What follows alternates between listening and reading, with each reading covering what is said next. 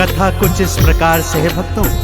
किसी नगर में एक साहूकार अपनी पत्नी, 7 पुत्रों एवं 7 पुत्र वधुओं के साथ रहा करता था। उसकी एक इकलौती पुत्री भी थी जिसका नाम वीरावती था। वह त्योहार करने हेतु अपने मायके आई हुई थी। करवा चौथ का दिवस आया भक्तों। उसने अपनी माँ एवं भाभियों सहित बड़ी श्रद्धा के साथ करवा चौथ का व्रत रखा, परंतु संध्या ढलते ढलते वो भूख से व्याकुल हो उठी। भाइयों ने जब अपनी लाडली बहन को भूख से व्याकुल देखा तो उससे भोजन करने को कहने लगे, परंतु वो बोली, भैया, भगवान चंद्रमा को अर्घ्य दिए बिना मैं खाना कैसे खा सकती हूँ। तब सभी भाइयों ने मिलकर ये उपाय सोचा। ऊंचे स्थान पे भाइयों ने दिया एक जलाया, एक छलनी ली दिए आगे उसको था रखवाया। बोले बहन से, देखो बहना, चांद निकल है आया। बहना ने भी चांद समझ के उसको अर्घ्य चढ़ाया। खाना खाने बैठ गई वो,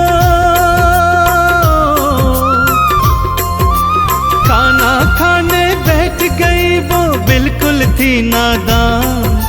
सदा सुहागिन रहने का बहने पाती वरदान। बोलो करवा मैया की जय, बोलो करवा मैया की जय। बोलो करवा मैया की जय, बोलो करवा मैया की जय।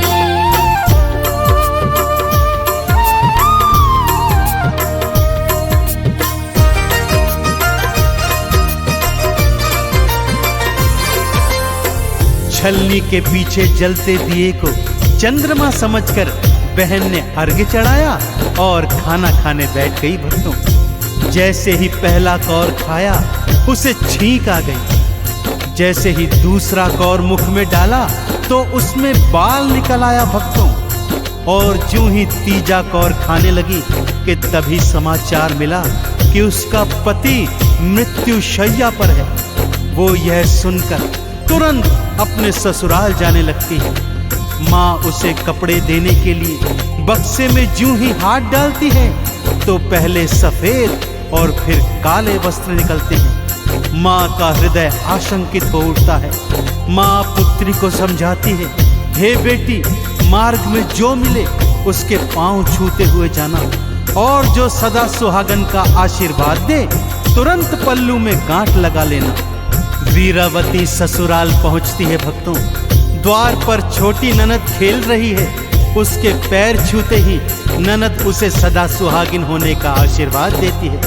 वीरावती तुरंत पल्लू में गांठ लगा लेती है, परंतु भीतर जाती है तो क्या देखती है कि उसका पति तो मर चुका है। उसका मृत शरीर भूमि पर पड़ा है, परंतु वो विलाप नहीं करती।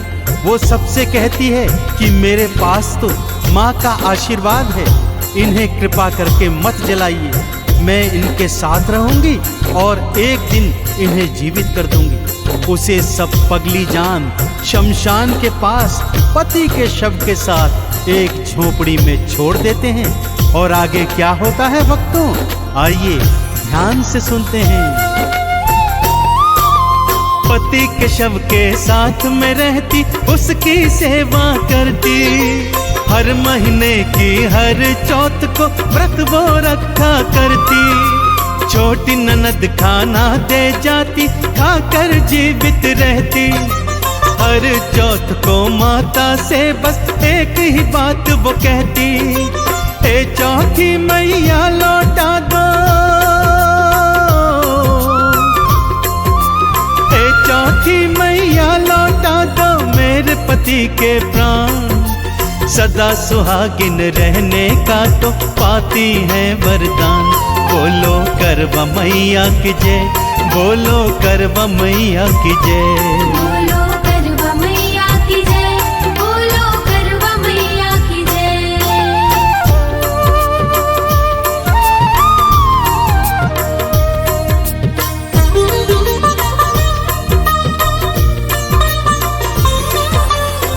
हर चौथ के व्रत के बाद जब चौथी मैया दर्शन देती तो वो एक ही बात कहती कि हे चौथी माँ, मेरे पति के प्राणों को लौटा दो। चौथी मैया उससे कहती, हम तो छोटी चौथ माता हैं, सबसे बड़ी तो वो करवा चौथ माता है, वही तेरे पति के प्राण लौटा सकती है। परंतु वो तुझसे तो बहुत रुष्ट हैं। परंतु इस करवा चौथ को यदि तू पूरे श्रृंगार के साथ, पूरे विधि विधान के साथ करवा चौथ का व्रत उपवास करेगी, माँ का पूजन करेगी, तो माँ तुझे दर्शन अवश्य देंगी। तब माँ के पैर पकड़ लेना और तब तक पैर न छोड़ना जब तक वो तेरे पति के प्राण लौटाना दे। देखते देखते करवा चौथ आ गई भक्तों। तो वीरावती ने कैसे करवा चौथ का व्रत उपवास पूजन की तैयारी की, आइए सुनाता हूँ। छोटी ननद से सारा फिर उसने श्रृंगार मंगाया। व्रत के दिन खुद को तो उसने भक्तों खूब सजाया। काजल बिंदी चूड़ी मेहंदी थाल थी मंगवाई। बड़ी श्रद्धा से पूजती थी वो तो करवा माई। आज तो माँ से पाके रहूंगी हो, आज तो माँ से पाके रहूंगी अपने पति के प्राण। सदा सुहागिन रहने का तो पाती है वरदान। बोलो करवा मैया की जय, बोलो करवा मैया की जय। बोलो करवा मैया की जय, बोलो करवा मैया की जय।